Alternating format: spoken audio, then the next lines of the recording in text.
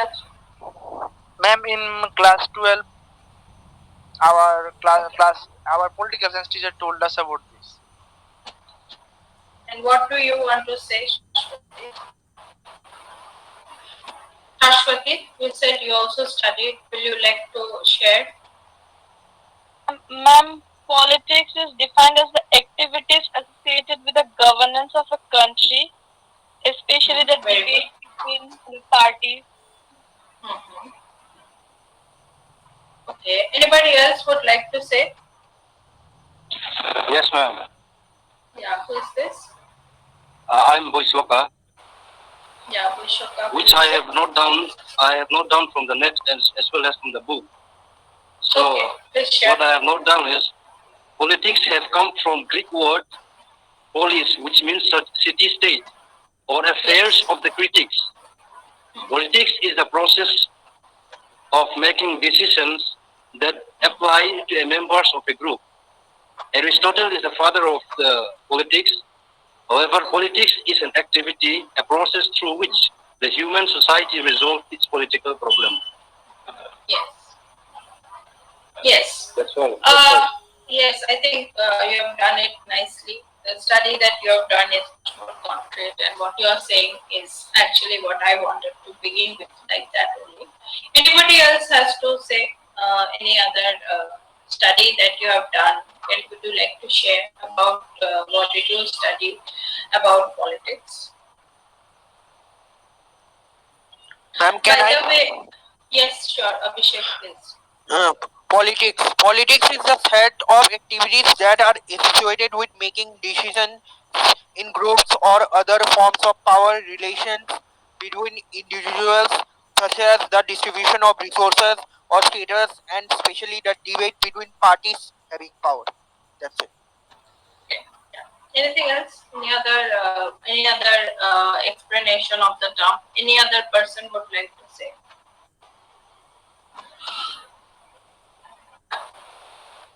Okay. Yes, Shushmi. Yes. Yes. Politics, in simple term, is the way that people living in group makes decisions. It is also associated with other forms of power relations between individuals, like distributing status or in any form, like resources and status. Okay. Yes. Any other thing? Any other idea about what's politics? I think the class is going good, and I think those of you who have spoken has actually studied, and I'm very happy with that. I hope you keep that spirit until the end of your graduation and don't lose that spirit. So, anybody wants to again say something on this of politics? Yeah, so let me just begin. Uh, Politics, the term, as Boishukal said, the term politics comes from the term polis. So, in ancient Greece, it is said that, it is believed that the study of politics, study related to politics, first started in ancient Greece. Like the father of political science is Aristotle, and not it did not start with Aristotle, but it started before Aristotle. The discussions, the studies on politics started much before Aristotle. Aristotle, like his teacher, Aristotle's teacher was Plato, and then again Plato's teacher was Socrates.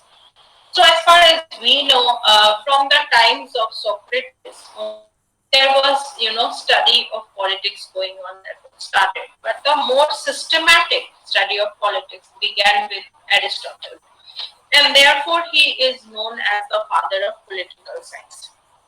The famous book which Aristotle wrote, for which he is known as the father of political science.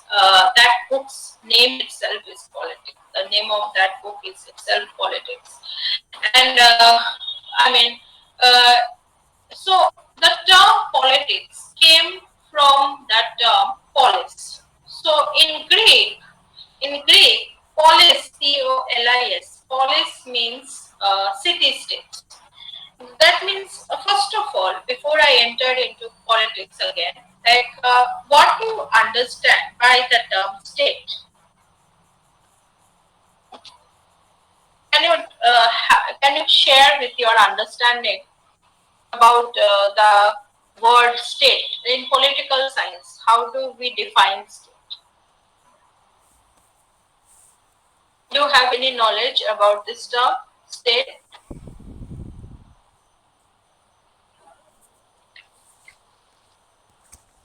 Prithviraj, you want to say? State, the term state. What is the meaning of the term state? What is the meaning of the term state?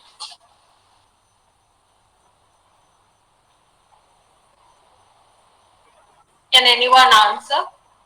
Country. Okay. Anyone else can say anything else? What is state? A nation or a territory. Okay. And anybody else wants to say? I'm still not getting the answer properly.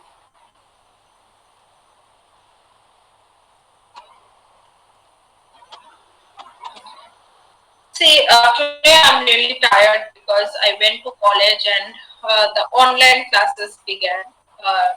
Not online classes, online exams. This time the final year students, instead of going to college because of the pandemic, university decided that they will give, they will write their paper at home. They will be sent question papers on time and they will write the answers from home and they will actually submit it to college and college will send it to university. So today whole day from morning till evening I was there in college to see that our students, all of their papers have been received in college and so on. So I'm really tired today.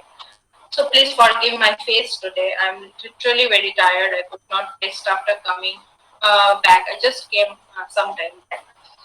I started taking class. Now, what I wanted to say is the term state.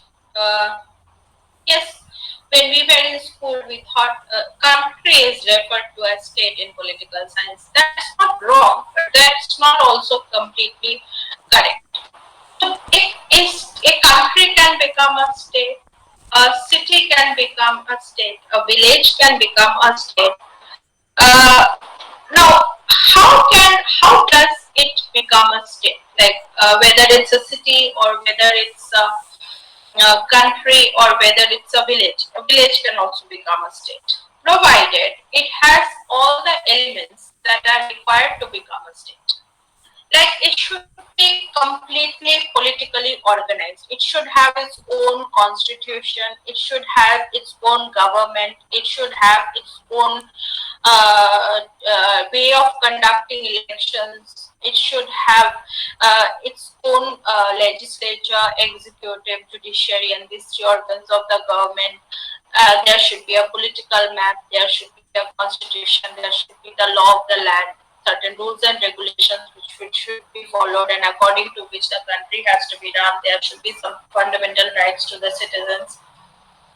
So when a state gets, first of all, it should be independent on its own. It should be self-ruled. It should not be dependent on any other power, but it should be ruled by, it should know how to rule itself. It should be able to rule itself, take its own decisions. If a village also, like Gandhi thought that some kind like that, he wanted the villages to be very much powerful. Now, if the villagers in India, who knows, like after 50 years, the villages in India may also become states. If they have all these things, they have their own constitution, they have their own government, they have their own rules and regulations, they have certain fundamental rights and duties for the citizens, they have a political map, and they are self-sufficient within themselves. Politically, they are self-sufficient and they are able to rule themselves. Then that particular area becomes a state. Okay? So not necessarily to become a state, you have to be a nation. You have to be a country. You can also be a city and become a state. Are you getting me? Can you understand? Yes, ma'am. Yes, ma'am. So there is a term also in politics political science, there's a nation state. So what you are saying is country and state. It's not completely same thing.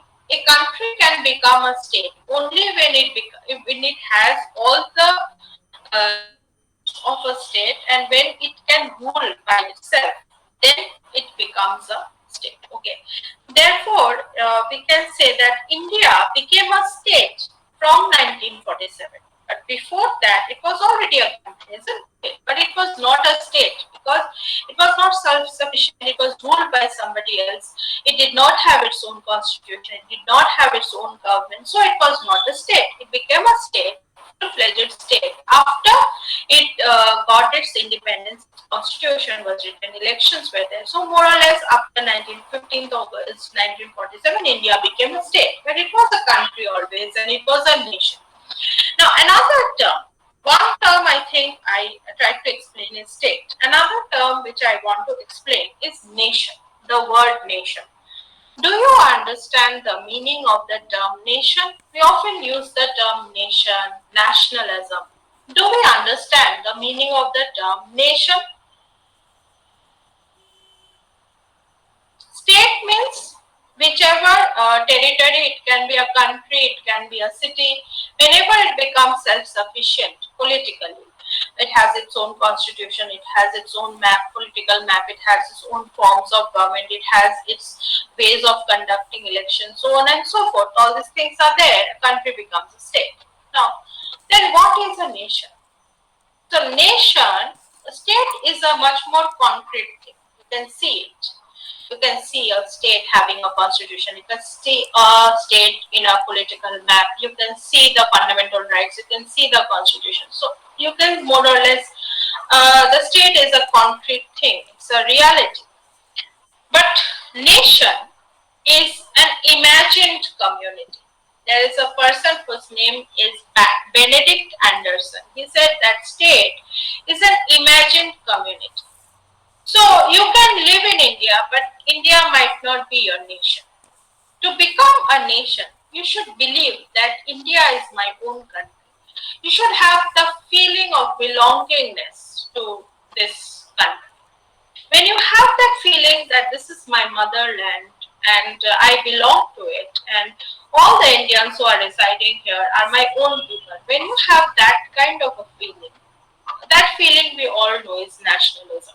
And when you have that feeling towards anything, if you have the feeling of nationalism towards your country, then that country becomes a nation. If you have the feeling of nationalism towards your religion, that religious group becomes your nation. So it need not be country also. It can be like if you have that kind of a devotion for any community, that will become a nation. Therefore, they often also use another term, nation state. A state which is also a nation. It's nation and also state at the same time. Are you getting me? Can you understand? Yes, ma'am. Yeah. Yes, ma'am. So, yes. So, in Greece, why I explained all this? Because in Greece, the cities were states. Every city was a state. Okay. And for those city-states, not nation-states, city-states, those city-states were called polis. They used the term polis for a city-state. So, politics is the science or study which started with studying how the cities function, how the governments in the cities work, how the city-states they function. So, therefore, the term politics came from there, and politics. Yeah, politics, therefore, originally the term, etymologically the term politics therefore means study of state or study of government. So there are two definitions of politics. Originally, like from the times of Aristotle and the ancient Greeks, it was believed that politics is everything that is related to the state. Yes, but gradually there was a change in this definition, and it was understood that decisions are made everywhere. Decisions are made in the state level also. Decisions are made at the lower levels also. made even at our home, isn't it? Decisions, the struggle for power happens everywhere. So everywhere there is the process of decision. I mean, wherever there is a process of decision making, wherever there is like politics means the study of the process of decision making. Not only decision making, but the process of decision making. So earlier it was how they function. I mean, what earlier political science was studying the what. What is the constitution? What is the legislature? What is the executive? Now now the question is uh, who gets what, when, and where. Who gets what, when, and where. That is one of the definitions given. Like politics, like in the modern sense, Haddon Laswell says that politics is who gets when and where.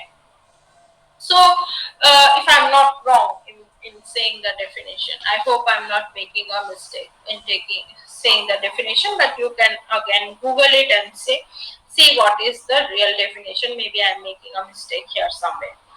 Anyway, so now politics, when we say politics, definition of politics is not only confined, we don't consider politics to be only related to state, only related to the affairs of the state. But politics is, now we cannot study, Prithviraj said that politics exists everywhere. Yes, in the first class I also said that politics is everywhere. Politics is at home, politics is in college, politics is in your workplace, everywhere you see struggle for power. But in political science, we cannot study everything.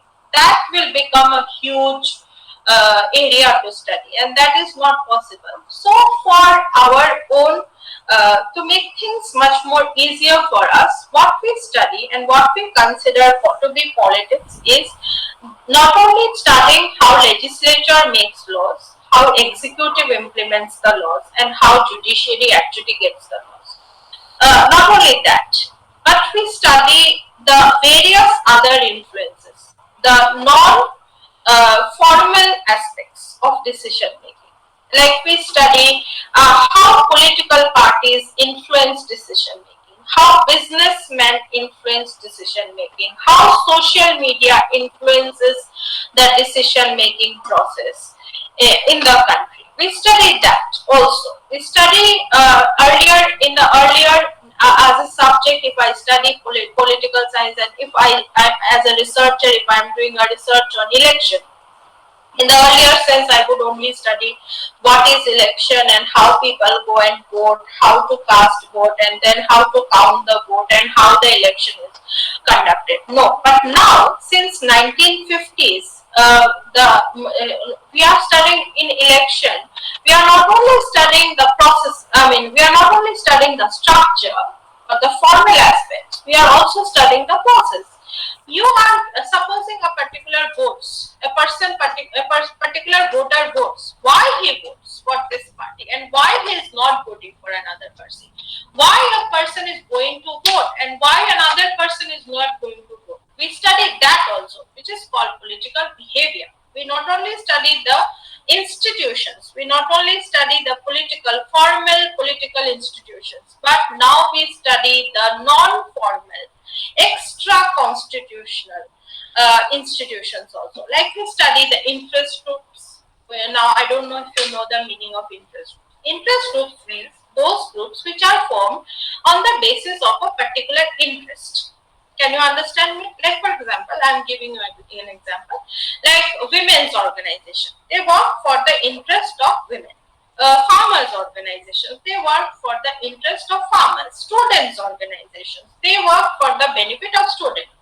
So when these kinds of organizations are called interest groups, you understand, like they work for the interest of a particular group or a particular community, they become interest groups. Another term is there which is called pressure group. What is pressure group? Pressure group means those groups which create pressure on the government to do something or not do something. Okay. Now interest groups can become pressure groups, but Always interest groups are not pressure groups. Can you understand what I'm saying? Supposing now the farmers problem is going on in India, and people now when the farmers are in different ways, they are trying to make the government change the policy. It is acting like a pressure group. It's an interest group, but now it's acting like a pressure group. It's pressurizing the government to do certain things or to not do certain things. Okay, so usually interest groups are much more, they stay for a longer period, but pressure groups, they stay for a particular time, and after that thing is done, then sometimes they dissolve themselves. Like for example, the Narmada Bachao Andolan, they tried to save Narmada, isn't it? So they are acting as an interest group also, that is, they are working for the interest of the environment, and they are also a pressure group because they are pressurizing the government to do certain things. Now, in earlier political science, the study, they would never study the activities of the interest groups, the pressure groups. They would never study the influence of social media or mass media on politics. They would only study elections and how decisions are made, how parliament functions, and then how legislature works, how is the kind of legislature in India, how are elections conducted in India. But they are not only studying how elections are conducted in India, they are also studying in what way elections become successful in India.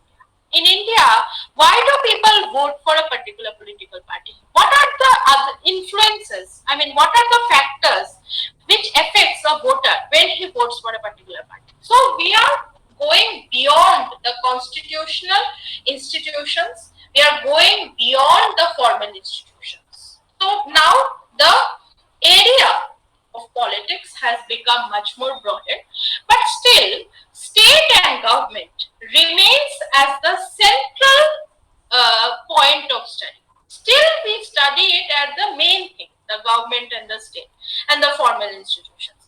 But apart from that also, some more areas have. So earlier we used to study how government makes policies and how that influences the people. Now we are studying not only how government are making policies and how that is influencing the people, but we are also studying how people are influencing government to make certain decisions. So we are not only studying how decisions influence people, now we are also studying how people influence decisions that are made by the government. Can you understand? Can you understand? Yes, ma'am. Is it difficult? Is No, it ma'am. difficult? Very, very interesting. Yeah. Could you understand others? Yes, ma'am. Yeah. It's good that you are saying that it's interesting. I'm happy that if you are interested, you found it interesting. I don't want to confuse you people a lot because the first class. So I don't know. Sometimes actually, see, I'm teaching this undergraduation level for 11 years now in this college. So sometimes I feel I go beyond students level. I might have that. I can teach in such a way. I'm thinking that you are understanding, but you are actually not understanding. So whenever you think that you can't understand what I'm saying, you please stop me and say that, ma'am, this was tough. Can you explain it? So till now, did you understand? Till now, did you understand? Yes, ma'am. Yes, ma'am. Yeah. I understand. Yeah. Yeah. Okay. Now, the second part of the discussion is, first of all, they said you have to understand the meaning of politics. And then you have to understand the meaning of political theory. Now, your paper that you are studying is political theory. So, they told us you should understand what is political theory also. Do you think we should go to just one? Yeah, do you think we should now today itself should we start discussion on political theory? Otherwise, if you don't want, I can stop because this first class, so I don't want you to be too much, overburdened. But we also have to know that we have limited number of classes and we have a syllabus to finish. So if you all want, only then I will proceed with the next part of the discussion, that is what is political theory, or else we can do it another day. What do you think? Should I little bit discuss? Like let's say, Yes, Yes, ma'am. ma'am. yeah. Let's. So what is political theory? Now, political theory means it is a proposal or it's discussion of a concept. Like in political theory, you might study the concept of nationalism, you might study the concept of democracy, you might study about the concept of what is law, what are the different types of law, what is equality, what are the different types of equality, what are rights, what are the different types of rights. So it's a concept, it's a discussion primarily on the various concepts, but along with it, there are also some data which support such ideas. So political theory talks about ideas, talks about ideologies. What is ideology now? Ideology means a set of ideas. When a particular person has a set of ideas or a particular thinker has a set of ideas, together some ideas become an ideology. Now, political theory talks about ideas. In political theory, we study about ideologies, like the ideology of Gandhi. We study that Gandhian ideology. We study Marxian ideology. Then we also study certain, concepts, certain ideas. We also, there are two things. There are two types of knowledge. Political theory is concerned with two types of knowledge, they say. The first place is concerned with giving us some ideas about the belief system in general, a comprehensive idea about a concept. And secondly, it is concerned with giving political philosophy. What is political philosophy? That is what I was talking about, is ideology. Like when we study in this paper only, if I'm not wrong, you will study, supposing you will study Gandhian theory of state. Now, what did Gandhi say? What is the ideal type of state according to Gandhi? When he says, when we study those kinds of things, it becomes political philosophy. So they are saying in political science, basically we study two things. First thing that we study not political science, in political theory, there are two types of things that we study. First, we study about certain concepts based on certain data. Like as I told you, what is law? What are the different types of laws? What is equality? What are the different types of equality? What is nationalism? What is internationalism? What is democracy? When we study those, that becomes ideas, concepts, but not concepts in air. Concepts which are, which are supported by enough data. Data, I hope you understand, that is information. And another thing that we study is philosophy. That means ideas about ideas. Mahatma Gandhi's idea about state. Jawaharlal Nehru's idea about state. Okay, I'm just giving examples. So you study those kinds of political philosophy also. So at one point in political theory, you study concepts, you study the proposals backed by ideas, backed by data. On another hand, you study the political philosophies, that is ideas about ideas. Now they are saying that political theory is not merely an expression of the existing knowledge about politics. It also means it is the basis of acquiring new knowledge. If any of you become a researcher, if any of you decide to become a political scientist and you do a research on a particular area, forget about you become a researcher, and if you successfully come up to 6th semester in political science honors, you have to do a project paper, which is a mini research only. So when you do a research, supposing you are doing a research, give me any topic. Supposing you do a research on human rights, okay? Now you are working, supposing I give you an example, you are probably doing a research on the condition of human rights among the tribals in Tripura. Supposing that is the topic that you are doing research on. So, to do the research, you should start from somewhere, isn't it? To make a sentence, we should know the ABCD of that sentence, isn't it? So, first of all, to do the research, first of all, you should know what are human rights. What are the different types of human rights? So, where will you get the basic knowledge of acquiring new knowledge? The basic knowledge you will get from theory, from your political theory, upon which you will do your research, and you will acquire more knowledge and bring new knowledge to the subject, that is political science. But your base is political. You have to begin with a base. So political theory is like the ABCD. Don't write this sentence in exam. It's like the foundation of your future study. Can you understand what I am saying? Can you understand?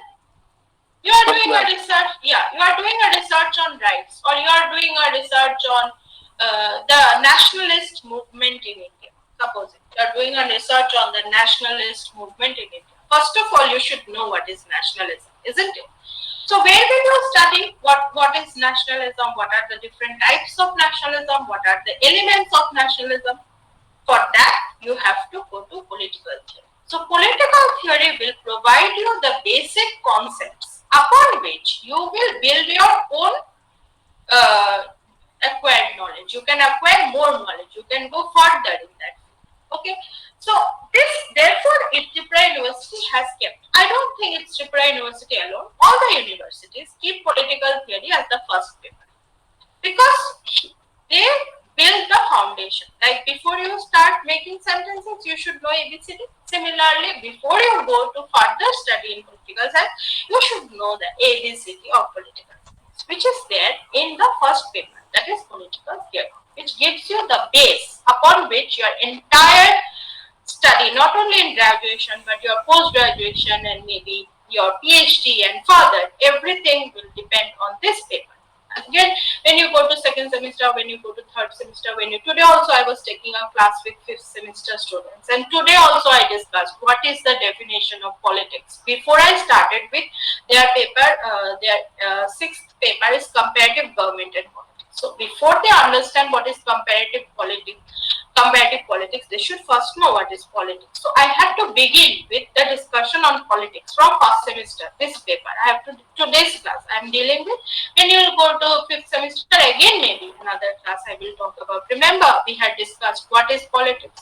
So from there, so many times, at least I will always refer to your first semester paper, and I will want you to remember what you have studied in your previous semesters, because step by step you are proceeding to another level. So you should not forget what you have learned in the previous levels. Okay, do you understand? So political theory, I hope you got an idea about what is political theory, isn't it? Did you understand? Yes or no? Yes, ma'am. Yes, ma'am. Yeah. Now coming to the last part of the topic, that is what is the present state of political theory. At present, how is political theory? What is the face of political theory? What is the look of political theory? Now, earlier, political theory was much more about political philosophy. Earlier, there was not much data, dependence on data. It was much more on philosophical prescription and so on.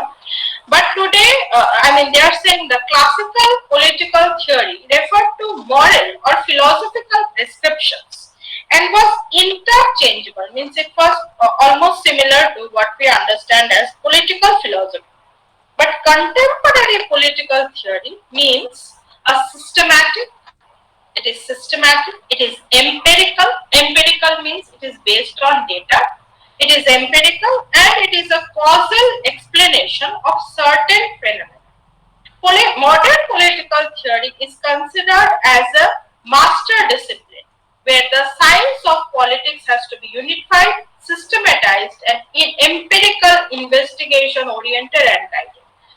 So they are saying that modern political theory is growing, it is developing, it is much more scientific in the sense that it is much more data based, unlike the previous political theory, the classical political theory, which was much more based on philosophy, political ideas. But the present political theory is much more science oriented, it is much more data based. So therefore, political scientists these days they are saying they do not care much for traditionalism. Political facts and happenings which might be available in any social science are now seriously studied and given proper thought. Political theory now includes the study of circumstances and environments.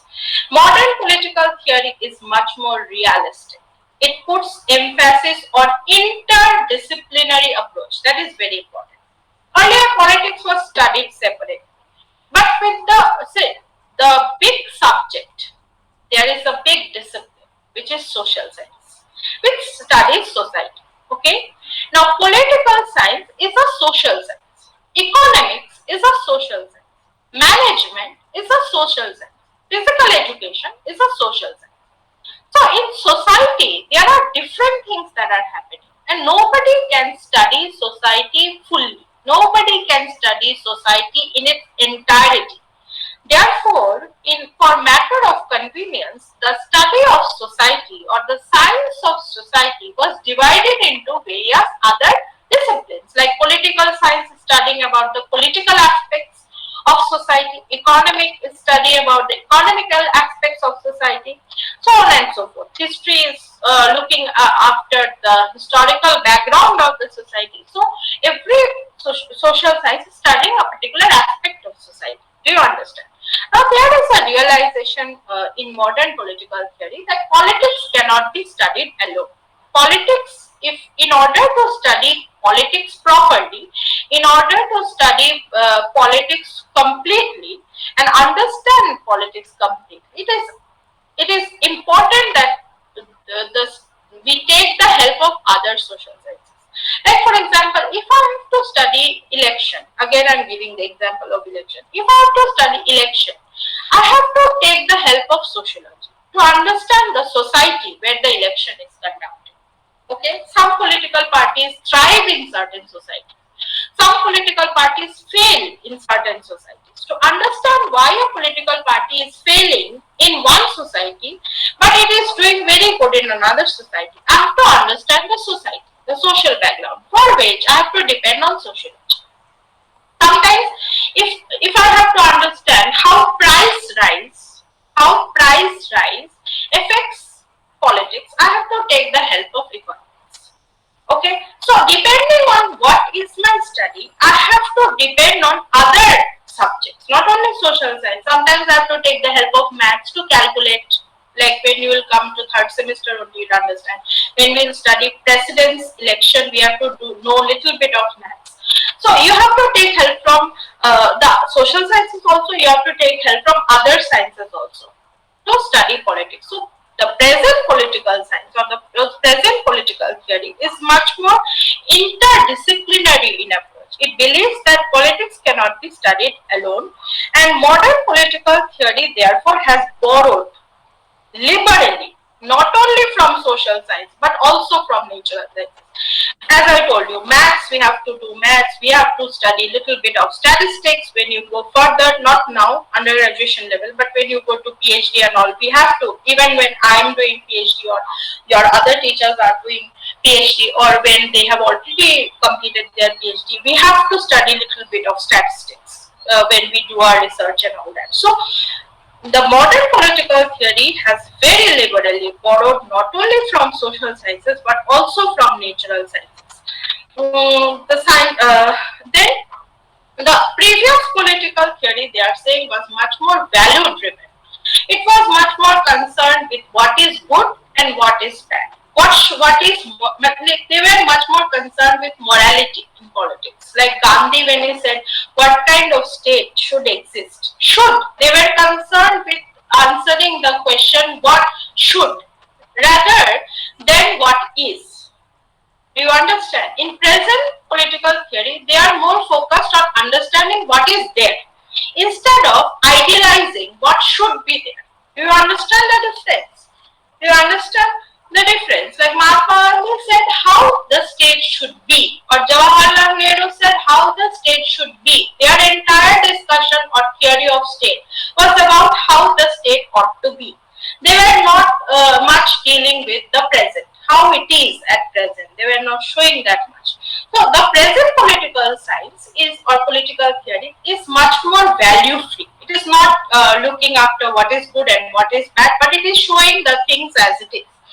But the previous political theory was much more value driven. What is right, what is wrong, they were concerned with that much. Present political theory is much more scientific. The classical political theory was much more, it was much more based on philosophy. So they say that the thinkers who can be given credit to make political science much more modern. Some of the names are David Stern, Kathleen, Robert Dahl, and others who actually made political theory modern, and political theory